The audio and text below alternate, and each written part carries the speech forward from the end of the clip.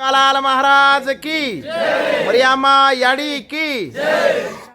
महान समाज सुधारक, क्रांतिकारी, अर्थशास्त्री, आयुर्वेदाचार्य एवं ग्वार समाज के पूज्य संत सेवालाल जी महाराज का जन्म 15 फरवरी 1739 ईस्वी को पिता भीमा नायक रामावत और माता धर्मनी देवी के गृह में हुआ था।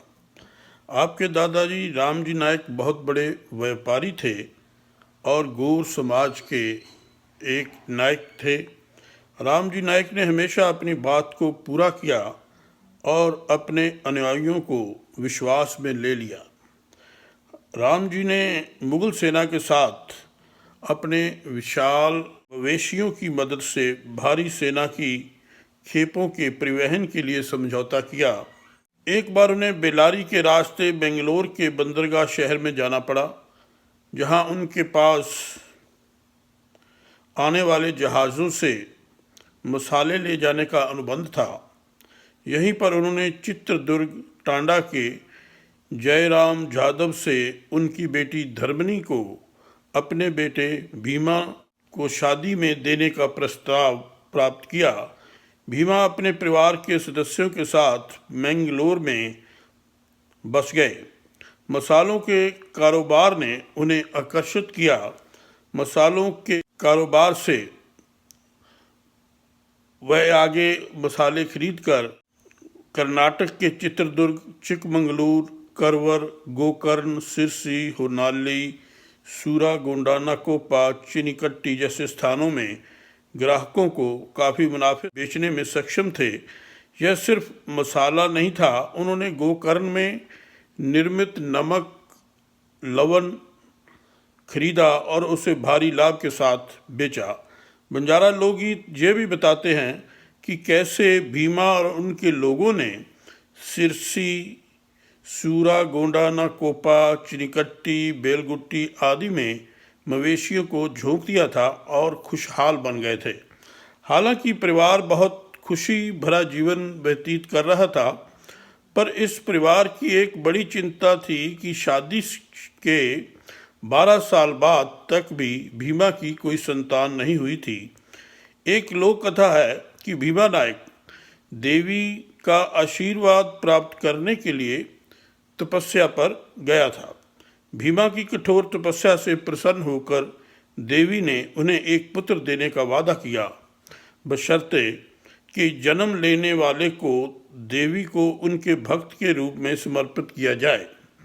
तो 1739 ईस्वी के फरवरी महीने के 15वें दिन सोमवार को सेवालाल जी का जन्म हुआ। कहा जाता है कि अपने लड़कपन में सेवालाल जी बहुत समझदार और सक्रिय थे। सेवालाल जी और उनके दोस्त पशुओं की खातिरदारी करने में कोई कमी नहीं छोड़ते थे। उनके पिता के पास 4000 मवेशी थे। एक कहानी ये है कि देवी मरियम्मा ने सेवालाल जी को अपना भक्त बनाने के लिए उनके सपनों में आकर कहा, जिसे सेवालाल ने अस्वीकार कर दिया और अपने माता पिता की अधिक दृढ़ता के साथ सेवा करना जारी रखा। इस प्रतिरोध के भयानक परिणाम निकले। उनके शिशु भाई भाना की मृत्यु हो गई और फसल और पशुधन बर्बाद हो गया। इस तरह की दैवीय सजा से दुखी होकर सेवालाल जी ने खुद को इस समय काम में पूरी तरह से लगा दिया। वह बाज़ार में चारा बेचते और अपने परिवार के लिए गेहूं, चावल और बकरियां खरीदते।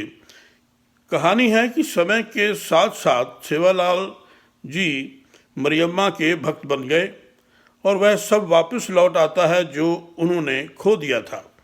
इस क्षेत्र में सेवालाल जी को बड़ी संख्या में चमत्कारों का श्रेय दिया जाता है।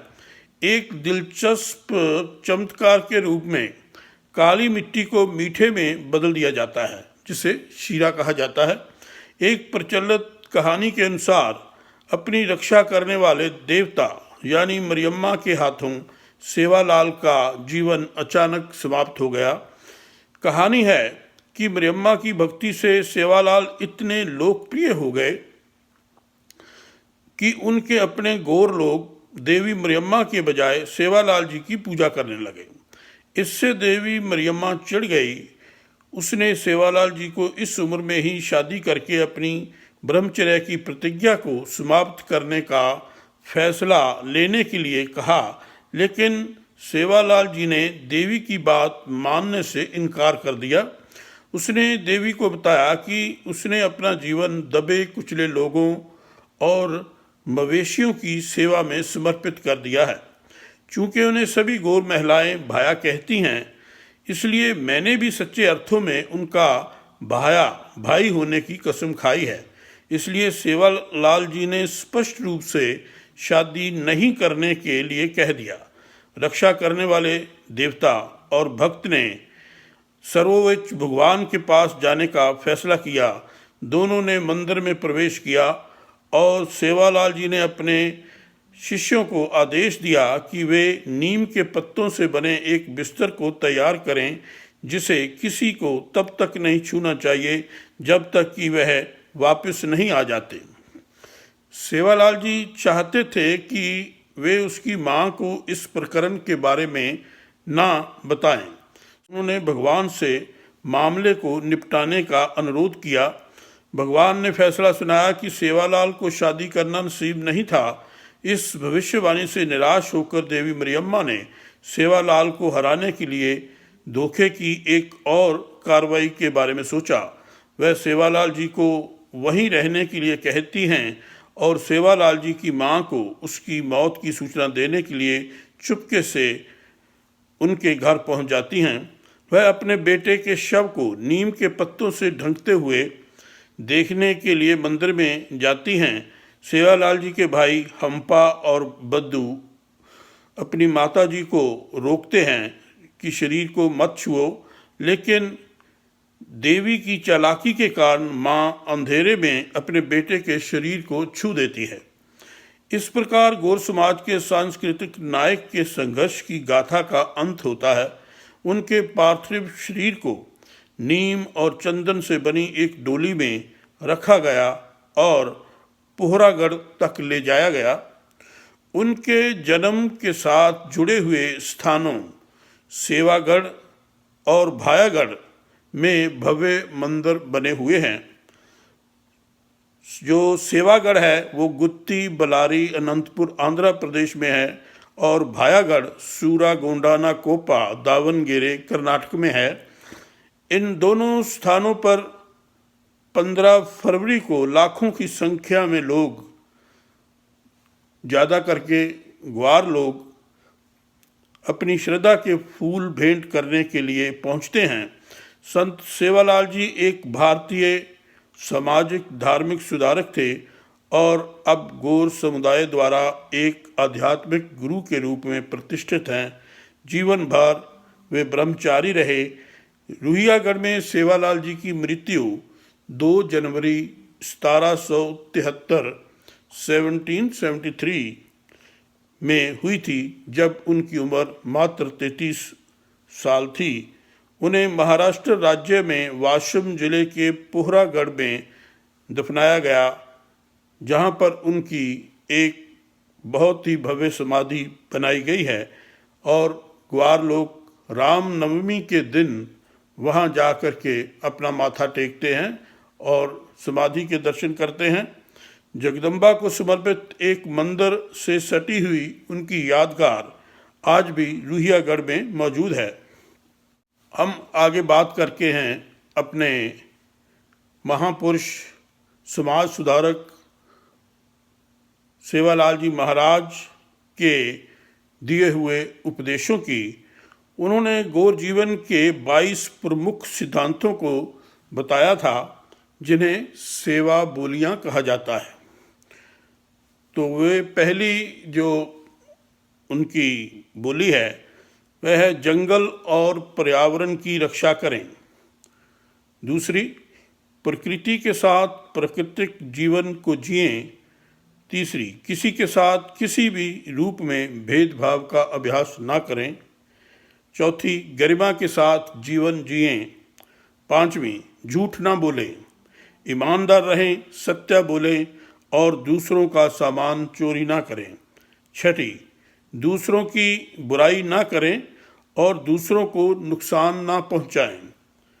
सातवीं, महिलाओं का सम्मान करें और लड़कियों को जीवंत देवी के रूप में समझें। चिंता ना करें, आठवीं है ये, चिंता ना करें, निडर होकर जिएं, साहसी और आत्मविश्वासी जीवन जिएं। नववीं, लालच और भौतिक कामिक सुखों से बचें।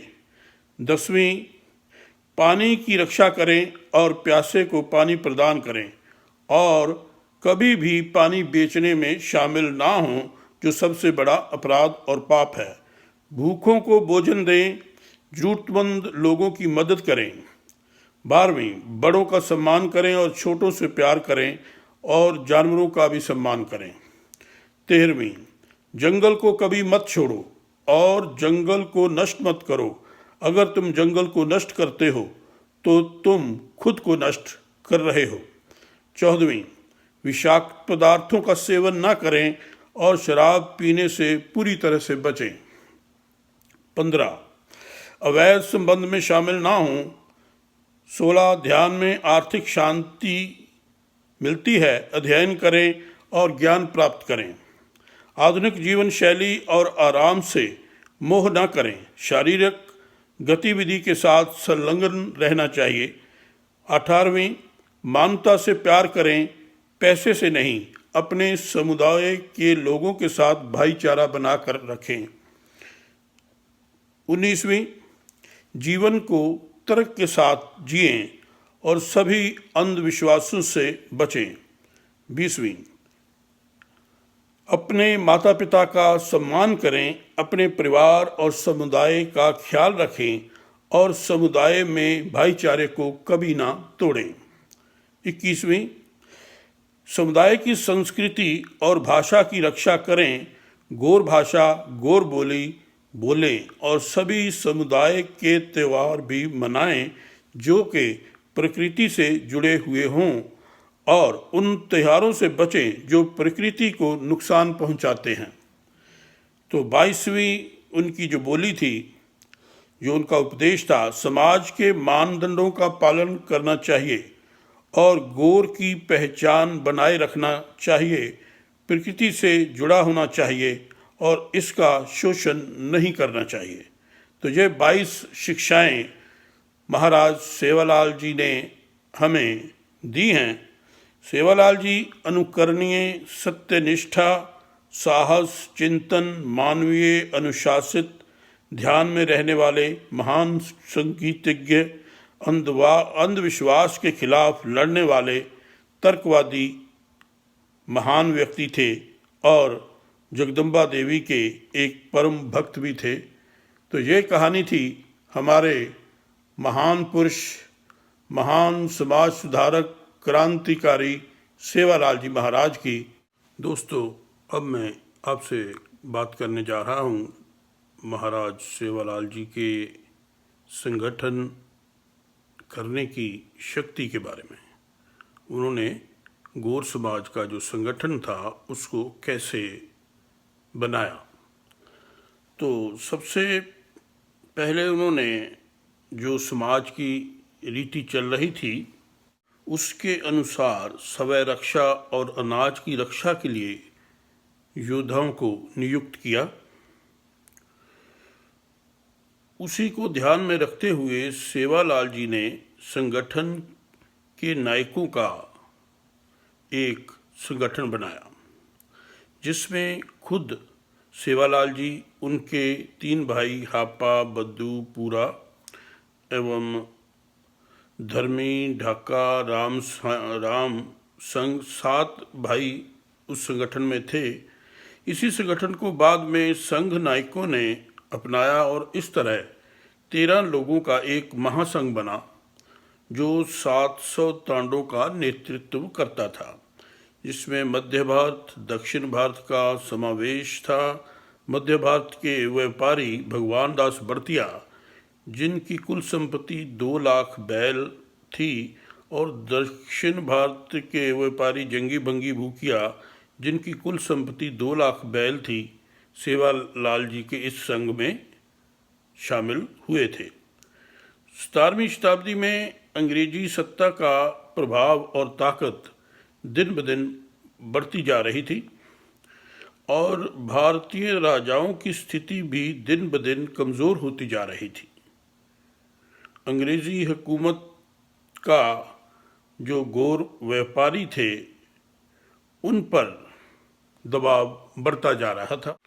जो अंग्रेज़ थे वो गोर व्यापारियों को प्रभावित इलाकों में टैक्स वसूली का आदेश निकाल रहे थे, जो कि जो गोर व्यापारी थे उनके नियमों के खिलाफ था।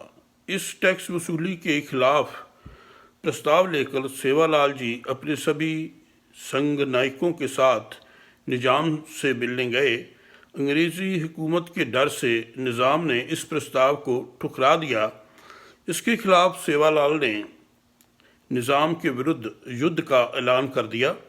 फिर बंजारा हिल हैदराबाद में युद्ध हुआ और परिणाम स्वरूप निजाम ने सेवालाल की सभी शर्तें मंजूर कीं और भारत के अन्य राज्यों की कर प्रणाली के लिए दिल्ली के बादशाह गुलाम खान को मिलने की सलाह दी।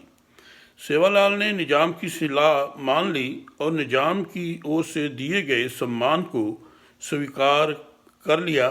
सम्मान के तौर पर निजाम ने ताम्रपत्र, तलवार और भेंट आदि वस्तुएं दी थीं। ये सब वस्तुएं आज भी महाराष्ट्र के पोहरागढ़ मंदिर में मौजूद हैं। निजाम की सलाह पर अन्य राज्यों की कर प्रणाली को लेकर जब सेवालाल जी दिल्ली के बादशाह गुलाम खान को मिले तो उन्होंने इस प्रस्ताव को नामंजूर कर दिया। परिणाम स्वरूप सेवालाल ने युद्ध का ऐलान किया। गुलाम खान के 25,000 सैनिकों का मुकाबला सेवालाल के 900 योद्धाओं ने किया। गुलाम खान की इस भारी हार का जिक्र इतिहास ने कभी नहीं बताया। अंत में गुलाम खान ने हार मान ली और कर प्रणाली को माफ कर दिया। व्यापारिक दृष्टिकोण से सेवालाल की ये बहुत बड़ी राजनीतिक जीत थी। इस जीत के चलते सेवालाल का नाम पूरे भारतवर्ष में प्रसिद्ध हुआ। लाहौर के गोर व्यापारियों ने सेवालाल को सम्मानित किया और राजस्थान के जो गोर व्यापारी थे और दूसरे लोगों की पुकार पर सेवालाल महाराज ने भूमिया नामक एक दहशतगर्द का सिर विच्छेद किया और राजस्थान वासियों को भूमिया से मुक्ति दिलाई। आज भी इसी निशानी के तौर पर जयपुर में सवाई मान सिंह अस्पताल में संत सेवालाल का मंदिर है। दिल्ली स्थित रायसीना हिल में लखीशा बंजारा ने सेवालाल जी के स्वागत में जो छतरी बनाई थी वो नेहरू प्लानेटोरियम नई दिल्ली में मौजूद है। इस तरह मुंबई के पास सेवा नामक गांव में जहां पर जवाहरलाल नेहरू पोर्ट ट्रस्ट है, वहां पर 17वीं शताब्दी में सेवालाल पोर्ट हुआ करता था। वैसे ही धर्मतर सेवालाल के सहयोगी नाम का पोर्ट रायगढ़ जिले में पैण के पास मौजूद है। इसी तरह मुंबई स्थित भाऊचा बीच जो सेवालाल जी का धक्का है, इस जगह पर पुर्तगाल का जहाज फंस गया था। उसे सेवालाल ने निकाला। फलस्वरूप उन्हें मोतियों का हार उपहार में दिया गया। इसलिए संत सेवालाल जी को मोती वाले के नाम से भी जाना जाता है। रायगढ़ जिले में पैन के पास गागौड़े नामक गांव, जहां सेवालाल महाराज जी का व्यापारी केंद्र हुआ करता था, वहां पर आज भी उनके नाम का मंदिर मौजूद है। इस वक्त मुझे पंजाब चौहान के सेवालाल जी महाराज के बारे में कहे हुए शब्द याद आ रहे हैं। सेवालाल की पूजा का मतलब सेवालाल के सद्गुणों की पूजा। सैकड़ों वर्ष हो गए पर सेवालाल को हम कभी नहीं भूले हैं। इसमें संत सेवालाल महाराज के चरित्र का अमृत है। जहाँ सेवालाल है वहाँ भाईचारा है, जहाँ सेवालाल है वहाँ समानता है, जहाँ सेवालाल है वहाँ मानवता है। सेवालाल हृदय में रहने का मतलब सेवालाल के पराक्रम का हृदय में होना है। सेवालाल हृदय में रहने का मतलब शांति तथा आनंद से भरा हृदय, स्वार्थ छोड़कर संयमी और पराकाष्ठा का मतलब सेवालाल। हिमालय की शिखर जैसे ऊंचे संत सेवालाल महाराज का श्रेष्ठ और महान उज्जवल चित्र, जो संपूर्ण मानव जाति का आदर्श मूल है, जिसका आचरण करने वाला कहीं नहीं मिलता। सेवालाल सारे आदर्शों का राजा था। सेवालाल एक आदर्श पुत्र था, आदर्श बंधु, आदर्श मित्र था। ऐसा आदर्श योद्धा अभी तक नहीं हुआ। सेवालाल महाराज एक योद्धा थे। आज बंजारा समाज में किसी भी व्यक्ति को यह जानकारी नहीं है। यह एक दुख की बात है। आज सेवालाल महाराज जैसा आदर्श संत कहाँ दिखाई देता है। उनमें था बंधुत्व, वह कहाँ दिखाई देता है। सेवालाल के चरित्र में सच्चा धर्म, जिस धर्म में राष्ट्र धर्म, प्रजा धर्म, पुत्र धर्म, मित्र धर्म, ऐसे सर्व धर्म का समावेश था सेवालाल जी महाराज में। सेवालाल इस गौर वंश के मंदिर का श्रेष्ठ ध्वज है। सेवालाल महाराज के बारे में जरा भी संदेह रखना बहुत पाप है। सेवालाल एक बार जो बोलते थे वह करके दिखाते थे। सेवालाल सत्य प्रतिज्ञ थे, सदैव सत्य में निष्ठा रखते और आज्ञाकारी पुत्र थे। शायद कभी लक्ष्मी चंचलता छोड़ सकती है, हिमालय अपनी शीतलता छोड़ सकता है, सागर तक एक बार अपनी मर्यादा का उल्लंघन कर सकता है, पर सेवालाल कभी भी आज्ञा भंग नहीं करते थे। सेवालाल सब लोगों के बंधु थे। ये आदर्श जिस समाज के संत में हों, वह आज समाज भाई भाई में बैर के कारण खंडित हो रहा है। शिक्षित वर्ग तक आज तांडा समाज में रहने के बाद अपने भाई की तरफ ध्यान नहीं देता है। जिस बड़े भाई ने मेहनत मजूरी करके पढ़ाई कराई और नौकरी दिलाई, उस भाई को देखने का दृष्टिकोण पूरी तरह बदल गया है। आज गांव में परिवार का लक्ष्य छोड़कर बुरी बातों के पीछे पड़े हुए हैं। तांडा के पास देखने की मानसिकता बिल्कुल नहीं है। ऐसी अवस्था अगर चालू रही तो अपने बंजारा समाज की संस्कृति को नष्ट होने में बहुत देर नहीं लगेगी। इसका अर्थ है आज समाज में सेवालाल नहीं हैं। पहले की त्याग की प्रवृत्ति को छोड़कर सब लोग भोगवादी बनना चाहते हैं। बंजारा समाज में संत सेवालाल को आदर्श संत मानना चाहिए, तभी समाज का दृष्टिकोण बदलेगा, बंधु भाव पैदा होगा, प्यार बढ़ेगा। इस परिस्थिति को कौन बदलेगा? क्या ऐसा ही चलेगा? शराब का नशा, जुआ, भाई भाई में वैर, समाज में दुर्बल का शोषण, तांडे तांडे में झगड़ा, फसाद, क्या ये सब सेवालाल के समाज को शोभा देता है? सेवालाल महाराज की, मरियामा याड़ी की। मैं हूं आपका कमल धर्मसोत। जय सेवालाल, जय ग्वाल।